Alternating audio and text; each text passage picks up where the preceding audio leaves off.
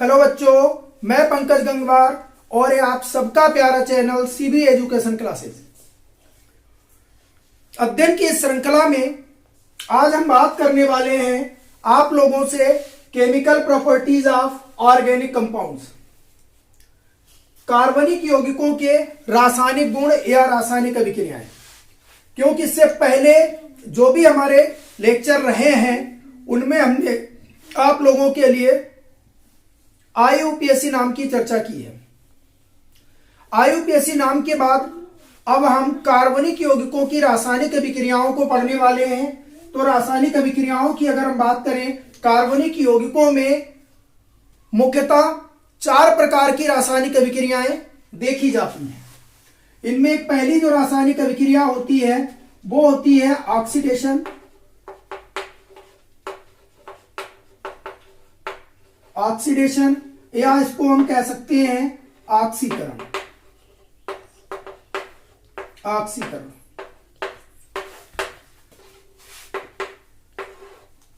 ऑक्सीकरण के बाद अगर हम दूसरी अभिक्रिया की बात करें तो इसकी दूसरी अभिक्रिया होती है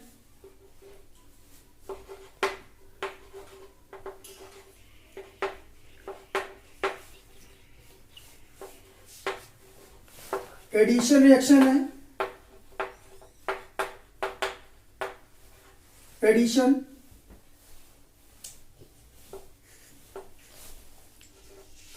योग अभिक्रिया इसको बोल सकते हैं, योग अभिक्रिया।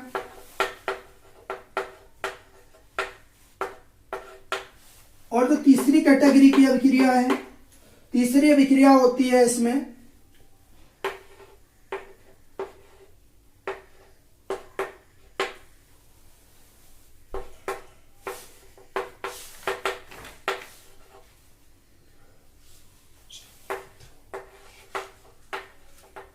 सब्स्टिट्यूशन रिएक्शन है या प्रतिस्थापन अभिक्रिया है।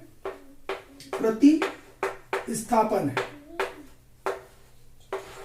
तीसरे प्रकार की जो अभिक्रियाएं हैं वो प्रतिस्थापन अभिक्रियाएं हैं। और एक चौथा टाइप इसमें और देखा जाता है, मूलतः इसको हम बोलते हैं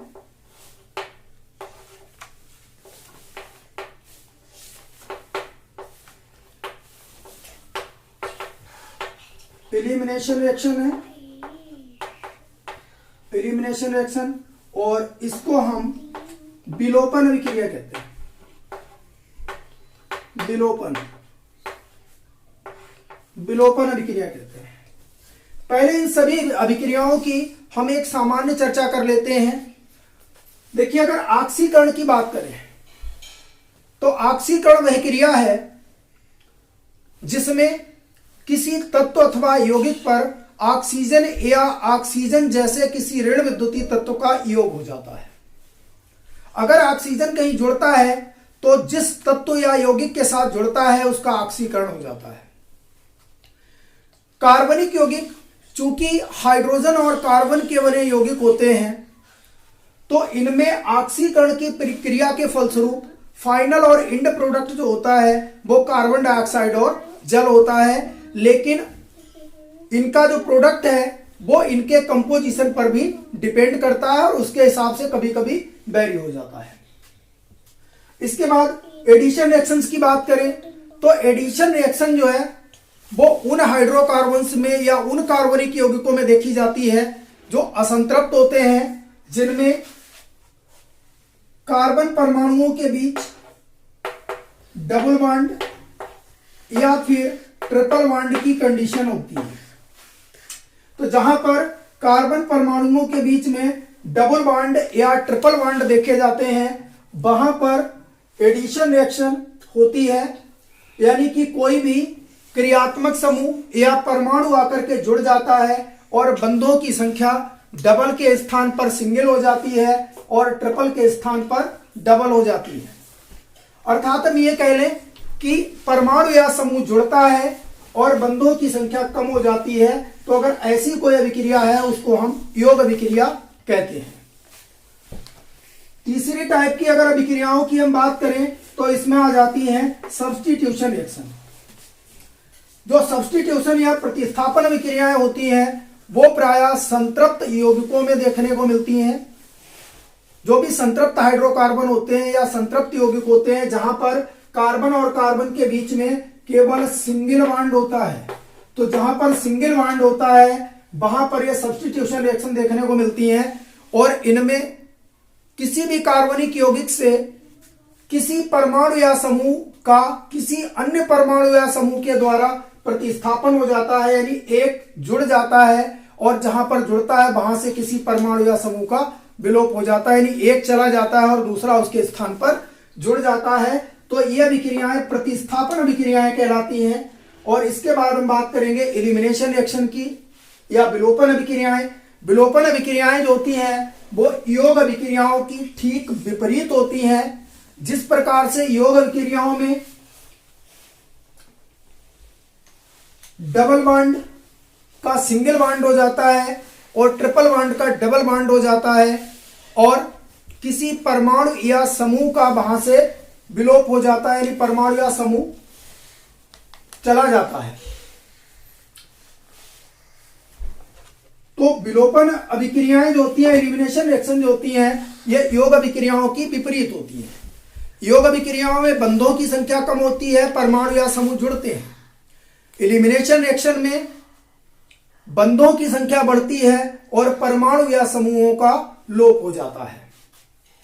अब हम प्रत्येक अभिक्रिया की विस्तार से अगर चर्चा कर ले या उसकी कुछ अभिक्रियाओं को हम देख लें तो हमें समझ जाते हैं। इसके बाद सबसे पहले हम यहां पर बात करने वाले हैं ऑक्सीकरण अभिक्रियाओं की। तो ऑक्सीकरण या ऑक्सीडेशन क्या होता है?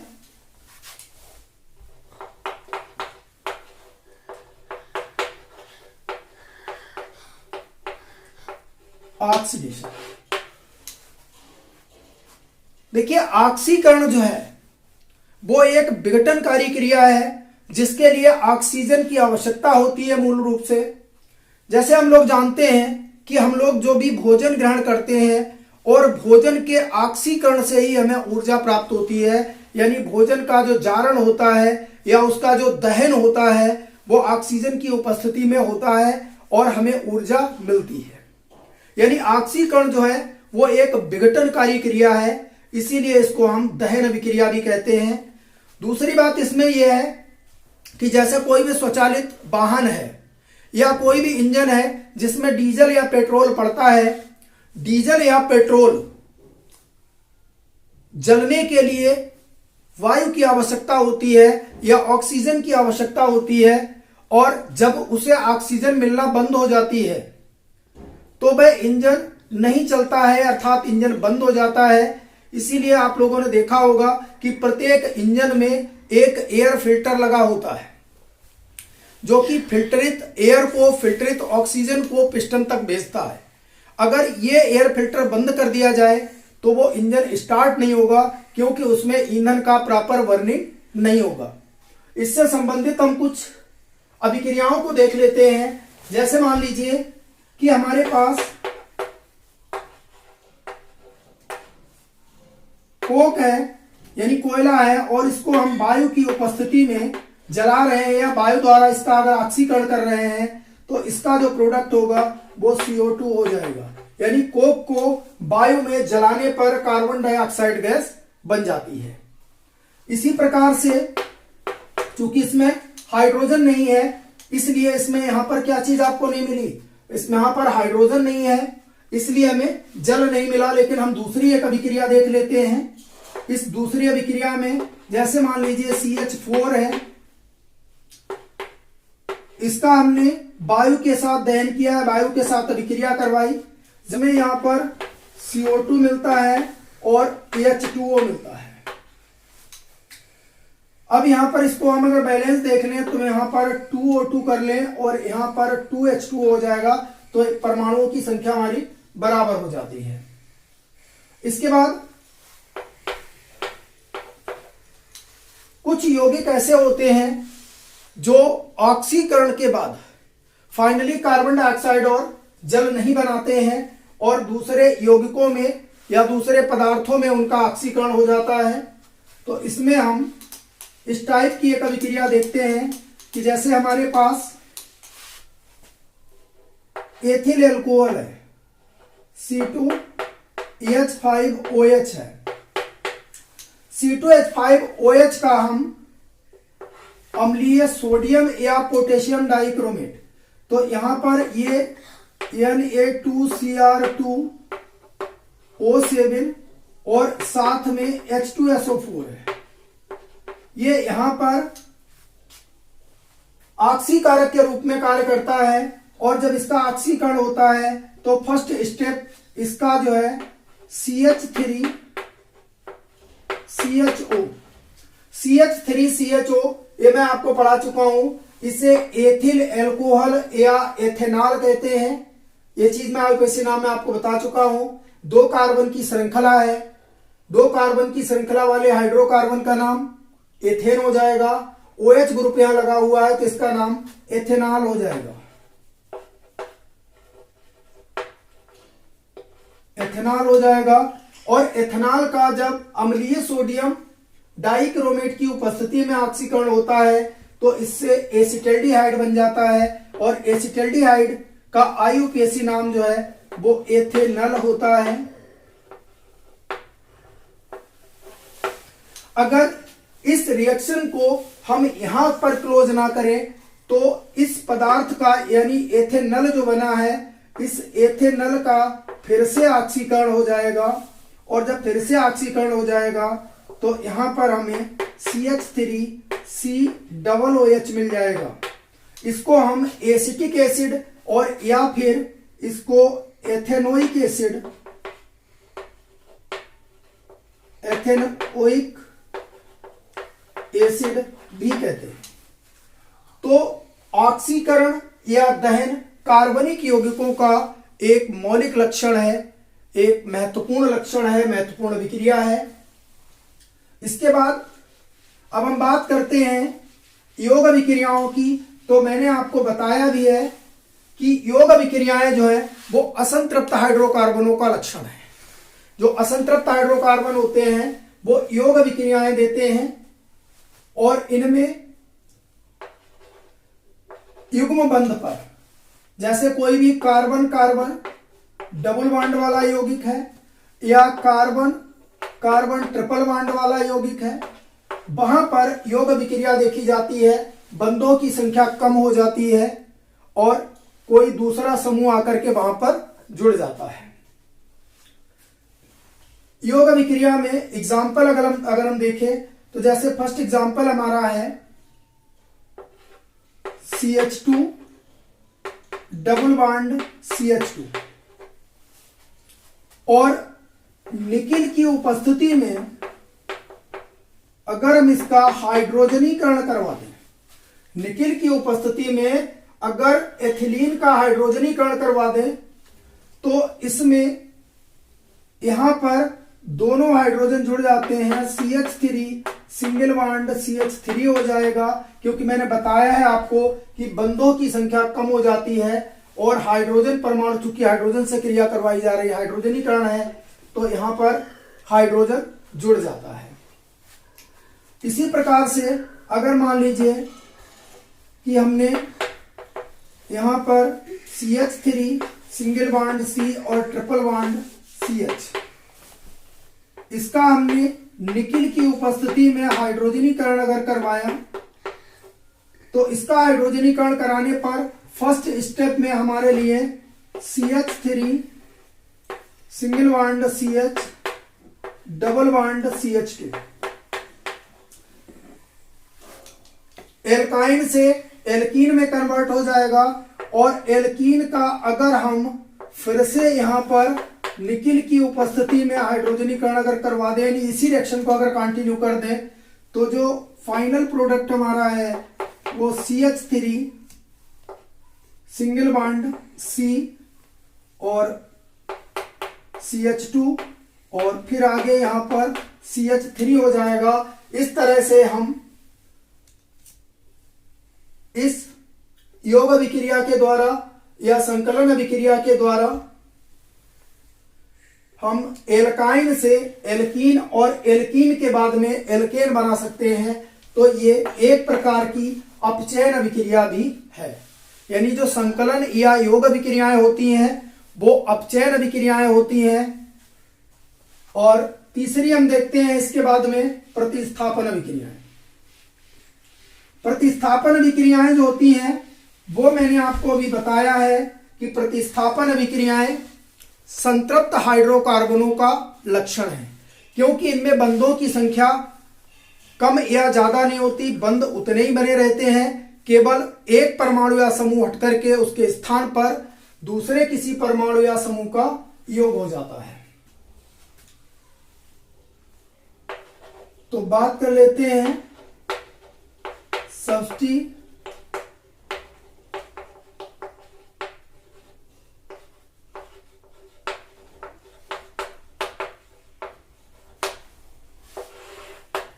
ये प्रतिस्थापन अभिक्रिया है, सब्स्टिट्यूशन रिएक्शन है।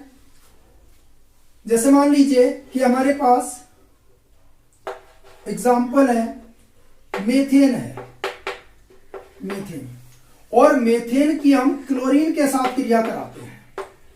क्लोरीन के साथ हमने क्रिया करा दी और ये क्रिया होती है सूर्य के प्रकाश की उपस्थिति में। सूर्य के प्रकाश की उपस्थिति में क्रिया होती है और यहां पर एक हाइड्रोजन हट जाता है और एक क्लोरीन वहां पर जुड़ जाता है, तो कंपाउंड बन जाता है CH3Cl। CH3Cl बना और एक यहां से HCl चला गया। इसके बाद में जो कंपाउंड बनता है, क्योंकि सनलाइट में ये क्रिया जो है वो कंटिन्यू हो जाती है और तब तक चलती रहती है कि जब तक सारे के सारे हाइड्रोजन क्लोरीन के द्वारा रिप्लेस नहीं हो जाते। तो क्रिया को हम कंटिन्यू कर देते हैं, CH3Cl प्लस Cl2 और यहां पर CH2Cl2 और CH2Cl2 प्लस Cl2 और यहां से बन जाएगा CHCl3 और CHCl3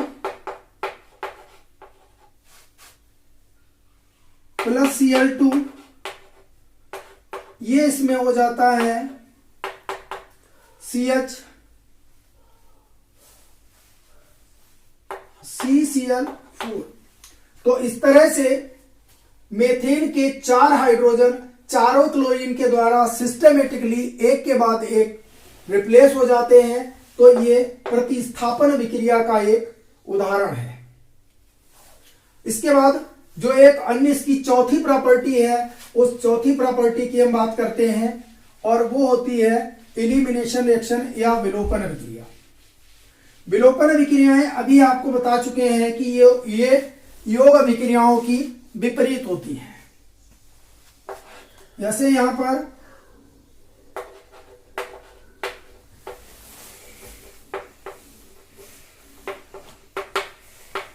एलिमिनेशन रिएक्शन है, एलिमिनेशन रिएक्शन, और ये फोर्थ एलिमिनेशन रिएक्शन जो होती है या विलोपन अभिक्रियाएं जो होती हैं ये योग अभिक्रियाओं की विपरीत होती हैं। इनमें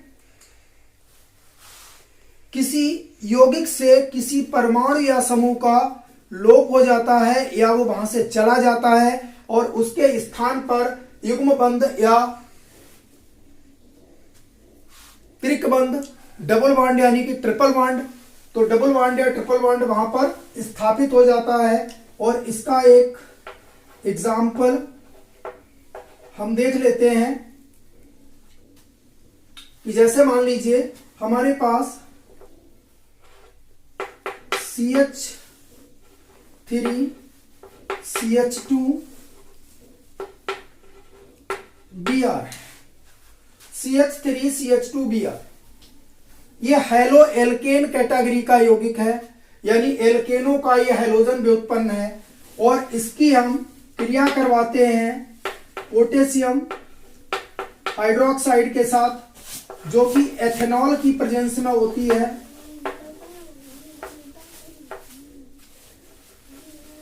एथेनॉल की प्रेजेंस में होती है, और एथेनॉल की उपस्थिति में जब KOH पोटेशियम हाइड्रोक्साइड के साथ इसकी क्रिया करवाते हैं तो क्रिया कराने पर यहां जो प्रोडक्ट बनता है वो बन जाता है CH2 double bond CH2 plus